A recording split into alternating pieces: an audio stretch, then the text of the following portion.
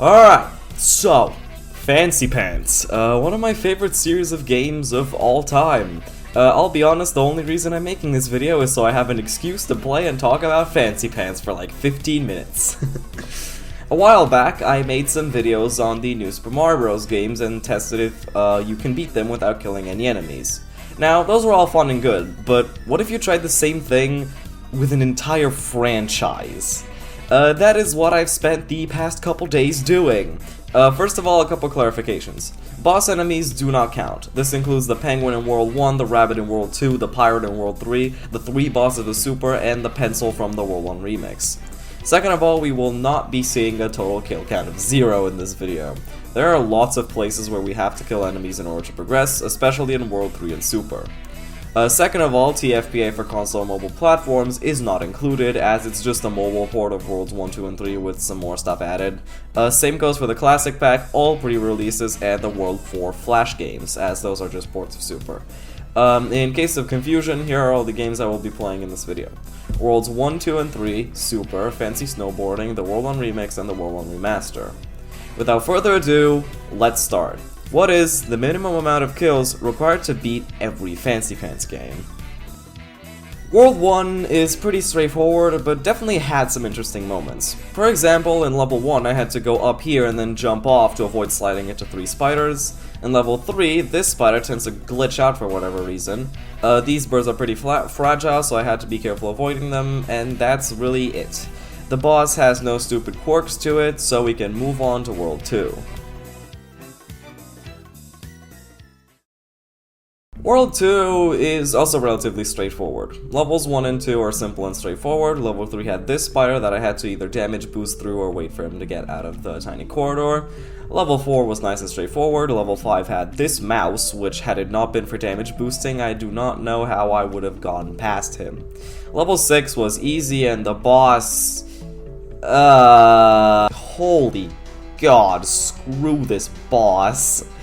Each turn he spawns 1, 2, respectively 2 spiders, that is if you don't kill the previous ones, which we obviously don't. Oh, and he also spawns a snail for good measure, which you have to use its shell to actually damage the boss. Had it not been for spiders needing to actually be kicked in this game instead of just being hit by literally anything, this boss would have been completely impossible to do without killing a spider. By phase 3 it becomes a fucking nightmare. Somehow I was able to pass this boss on my first try. I do not know how I did that. Sadly, we can't exit the site without killing 3 snails hit the boss every turn. These are sadly our first unavoidable kills. And with that, on to World 3.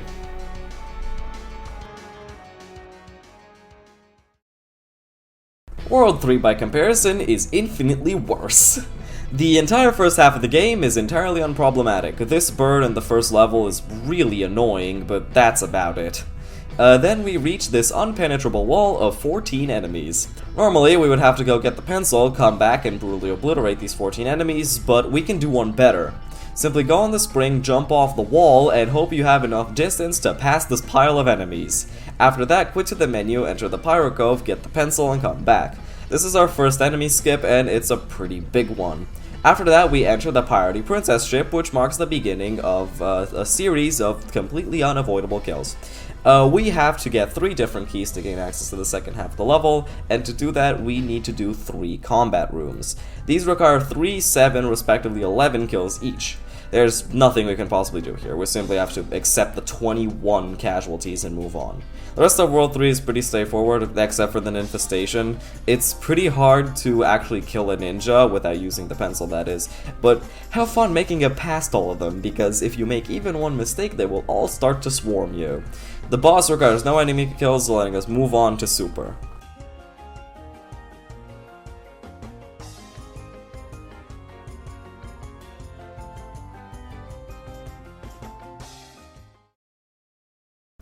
Super is by far my favorite Fancy Pants game, but I knew going into it that it alone was going to skyrocket our kill total. Basement Spire is nothing too special, by the way, side tangent, but god, this part of the game looks so pretty. Genuinely my favorite part of the entire franchise in that regard.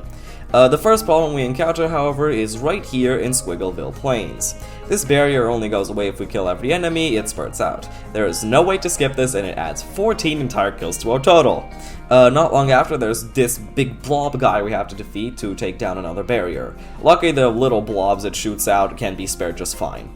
The first mini-boss is no issue, happily. Pirate Valley, however, is a massive issue. First things first, I have to clarify something. An enemy that dies but not because of us is not counted as a kill. Because of this, the pirate captain requires 0 kills to save, as all we have to do is break the pipe and he kills the 2 blobs for us. The other pirates, however, we aren't as lucky with. They require 3, 5, respectively 5 kills each to save. Everything else in Pirate Valley is not that hard. The ship at the end, though...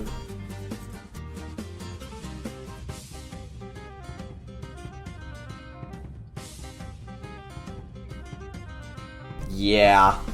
27 kills here, and there's nothing we can do about it either. And just when I thought it couldn't get any worse, this is the final screen before Volcano Approach. We have to make it all the way to the right side of the screen, and we can only really do it with killing at least 1 enemy. I have not been able to do it with 0. On the bright side, Volcano Approach is a piece of cake. After the neat little dash here near the beginning, we don't encounter any problems. The second mini-boss requires us to kill 3 circle guys to take him out. Like the boss of World 2, there is nothing we can do here. The volcano itself is luckily not that bad, at least the last 95% of it. This combat room in the very first area requires 17 kills. That is if we play by the game's rules. Jump from this platform and shift jump into this enemy, latch onto the wall, jump and dash to the right to get over the wall. 17 kills saved. Ba-bam! And with that, we are finally out of Super. The final boss is no issue. Jokes aside, this was the worst and best part of this challenge run. Final kills for Super, 59.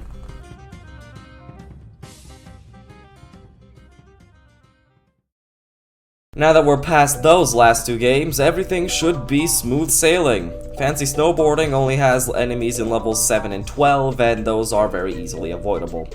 First game since World 1 with no casualties. The World 1 remix is really easy. It's just World 1 again, but with better physics. Level 4 is also not a problem. The boss fight, however, is. This is another boss that requires us to kill spiders to damage it. Each phase, the pencil spawns 1 more spider than the last. Spare the 3 extra spiders and use 3 of them to damage the pencil. And finally, we have arrived at the final game, the World 1 Remaster. This game is just World 1 and the World 1 Remix, except with the physics engine from Super. Surprise, surprise, World 1 was a cakewalk, and the World 1 Remix still requires us to kill the 3 spiders to damage the boss. This is the 4th boss in this run that requires 3 enemy kills. What the hell?